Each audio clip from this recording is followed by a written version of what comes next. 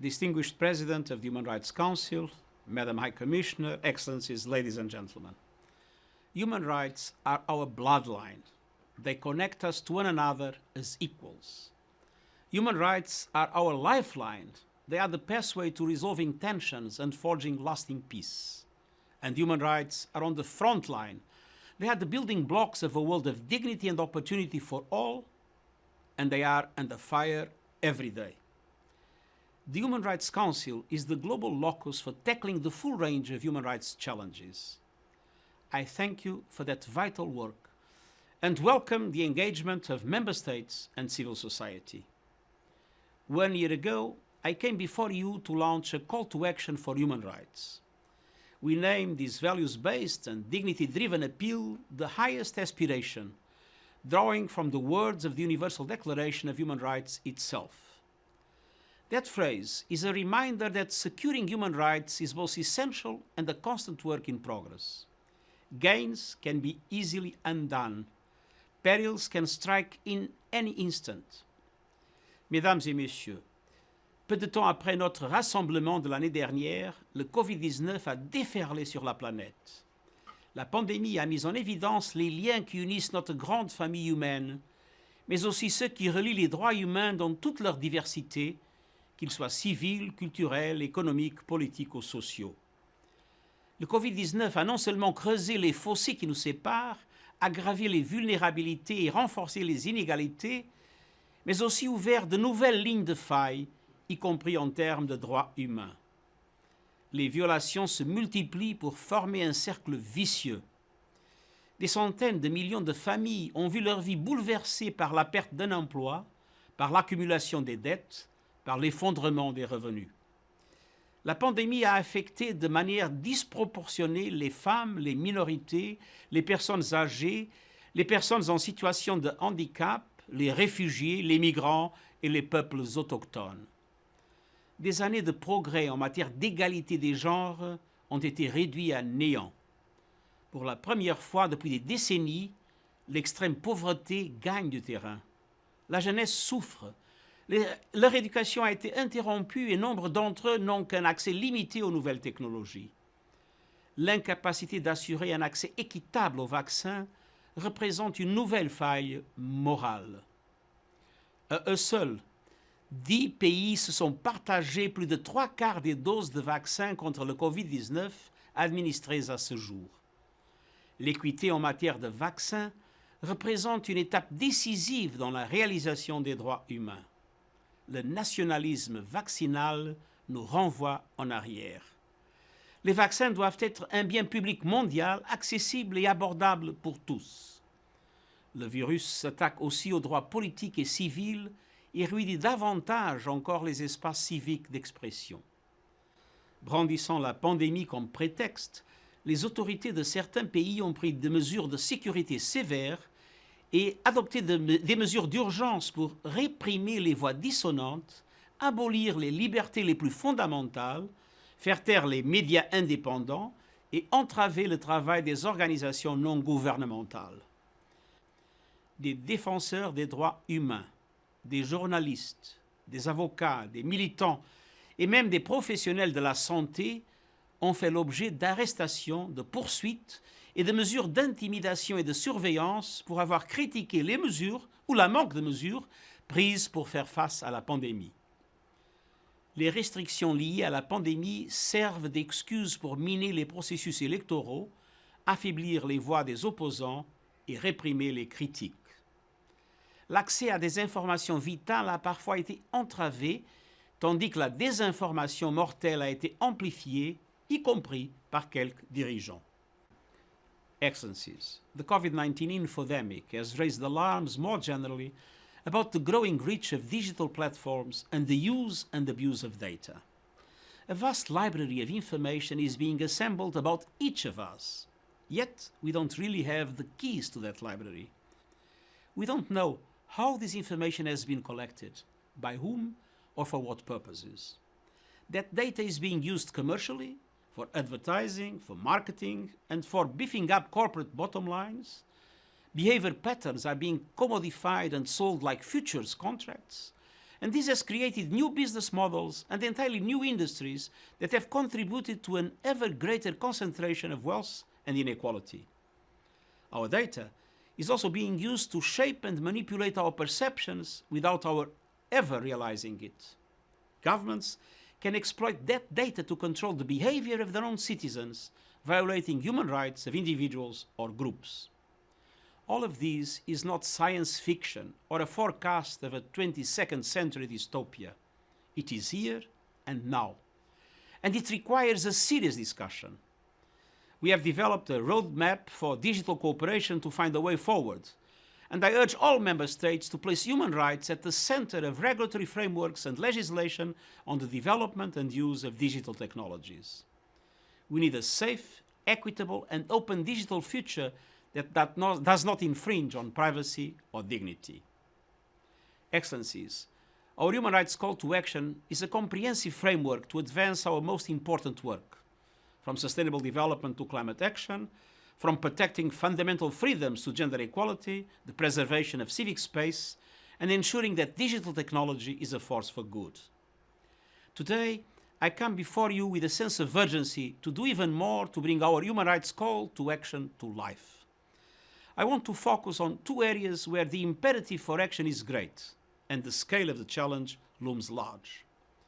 First, the blight of racism, discrimination, and xenophobia. And second, the most pervasive human rights violation of all, gender inequality. These evils are fed by two of the deepest wells of injustice in our world: the legacy of centuries of colonialism and the persistence across the millennia of patriarchy. The linkages between racism and gender inequality are also unmistakable. Some of the worst impacts of both are in the overlaps and intersections of discrimination suffered by women from racial and ethnic minority groups. Stoking the fires of racism, anti-Semitism, anti-Muslim bigotry, violence against some minority Christian communities, homophobia, xenophobia, and misogyny is nothing new. It has just become more overt, easier to achieve, and globalized. When we allow the denigration of any of us, we set the precedent for the demonization of all of us. Excellencies, the rot of racism eats away at institutions, social structures, and everyday life, sometimes invisibly and insidiously. I welcome the new awakening in the global fight for racial justice, a surge of resistance against being reduced or ignored, often led by women and young people. As they have highlighted, we have a long way to go. I commend the Human Rights Council decision to report on systemic racism, accountability and redress, and responses to peaceful anti-racism protests, and look forward to concrete action. We must also step up the fight against resurgent neo-Nazism, white supremacy, and racially and ethnically motivated terrorism. The danger of these hate-driven movements is growing by the day. Let us call them what they are. White supremacy and neo-Nazi movements are more than domestic terror threats. They are becoming a transnational threat. These and other groups have exploited the pandemic to boost their ranks through social polarization and political and cultural manipulation. Today, these extremist movements represent the #1 internal security threat in several countries.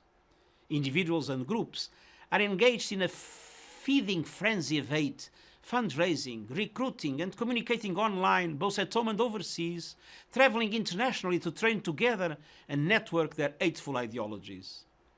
Far too often, these hate groups are cheered on by people in positions of responsibility in ways that were considered unimaginable not long ago. We need global coordinated action to defeat this grave and growing danger. Excellencies, we must also place a special focus on safeguarding the rights of minority communities, many of whom are under threat around the world. Minority communities are part of the richness of our cultural and social fabric. Just as biodiversity is fundamental to human well-being, the diversity of communities is fundamental to humanity. Yet, we see not only forms of discrimination, but also policies of assimilation that seek to wipe out the cultural and religious identity of minority communities. When a minority community's culture, language, or faith are under attack, all of us are diminished. When authorities cast suspicion on entire groups under the guise of security, all of us are threatened. These measures are doomed to backfire. We must continue to push for policies that fully respect human rights and religious, cultural, and unique human identity. And we must simultaneously nurture the conditions for each community to feel that they are fully part of society as a whole. Mesdames et Messieurs les représentants, aucune atteinte aux droits humains n'est plus répandue que l'inégalité de genre. La pandémie du Covid-19 a encore exacerbé la discrimination tenace à l'égard des femmes et des filles. La crise a un visage féminin. En effet, la plupart des travailleurs en première ligne sont des femmes, dont beaucoup appartiennent à des groupes ethniques et raciaux marginalisés et se situent au bas de l'échelle économique. Le fardeau accru des soins à domicile est principalement assumé par les femmes. La violence à l'égard des femmes et des filles a explosé sous toutes ses formes, des agressions en ligne à la violence domestique, en passant par la traite, l'exploitation sexuelle et le mariage d'enfants. Les femmes sont proportionnellement plus touchées par les pertes d'emploi et ont été précipitées dans la pauvreté en plus grand nombre. Cela vient aggraver une situation socio-économique déjà fragile en raison de leurs revenus inférieurs, de l'écart salarial, de l'inégalité des chances et d'un accès réduit aux ressources et aux mesures de protection. Rien de tout cela n'est dû au hasard. Il s'agit là du résultat de générations d'exclusion et en définitive d'une question de pouvoir. Un monde et une culture dominés par les hommes donneront des résultats dominés par les hommes. Dans le même temps, la réponse au Covid-19 a mis en évidence le pouvoir et l'efficacité du leadership des femmes. La vie des femmes est peut-être l'un des baromètres les plus précis de la santé de la société dans son ensemble. La façon dont la société traite la moitié de sa population est révélatrice de la façon dont elle traitera les autres. Nos droits sont indissociablement liés. En tant que féministe et fier de l'être, j'ai donc honoré mon engagement de faire de la parité des genres une réalité au sein de l'haute direction de l'ONU. Et j'ai fait de l'égalité des genres l'une des principales priorités de l'ensemble de l'organisation. Cette responsabilité ne relève pas d'une seule personne ou d'une seule entité. Si nous voulons être une organisation internationale inclusive, crédible et efficace, nous devons toutes et tous y contribuer. Je suis déterminé à en faire beaucoup plus. Notre appel à l'action en faveur des droits humains vise en particulier à abroger toutes les lois discriminatoires dans le monde et assurer aux femmes l'égalité en droit en matière de participation et de représentation dans chaque secteur et à chaque niveau par des initiatives ambitieuses, notamment des mesures temporaires spéciales comme les quotas. La réalisation de ce droit sera bénéfique pour nous tous. Les problèmes qui ont été créés par les hommes, je dis bien par les hommes, ne pourront être réglés que par l'humanité tout entière. Mais ces solutions ne pourront être trouvées que dans le cadre d'un partage de pouvoir et de la prise des décisions et du respect du droit de chacune et de chacun d'y participer sur un pied d'égalité. Excellencies, every corner of the globe is suffering from the sickness of violations of human rights. Of course, there are a number of extremely concerning country situations, some of them very prolonged, and this is where the Human Rights Council and its mechanisms are so vital in raising awareness, protecting people, maintaining dialogue, and finding solutions. I thank the Human Rights Council for your recent and timely focus on a situation where the challenges that I outlined today are dramatically evident, and that is the case of Myanmar. We see the undermining of democracy, the use of brutal force, arbitrary arrests, repression in all its manifestations, restrictions of civic space, attacks on civil society, serious violations against minorities with no accountability, including what was rightly being called ethnic cleansing of the Rohingya population. The list goes on. It is all coming together in a perfect storm of upheaval. Today, I call on the Myanmar military to stop the repression immediately, release the prisoners, end the violence, respect human rights and the will of the people expressed in recent elections. Coups have no place in our modern world. I welcome the resolution of the Human Rights Council pledge to implement your request and express my full support to the people of Myanmar in their pursuit of democracy, peace, human rights, and the rule of law. Excellencies, people around the world are relying on us to secure and protect their rights. With the pandemic shining a spotlight on human rights, recovery gives us an opportunity to generate momentum for transformation. Now is the time to reset, to reshape, to rebuild, to recover better, guided by human rights and human dignity for all. I am convinced it is possible if we are determined and if we work together. Thank you.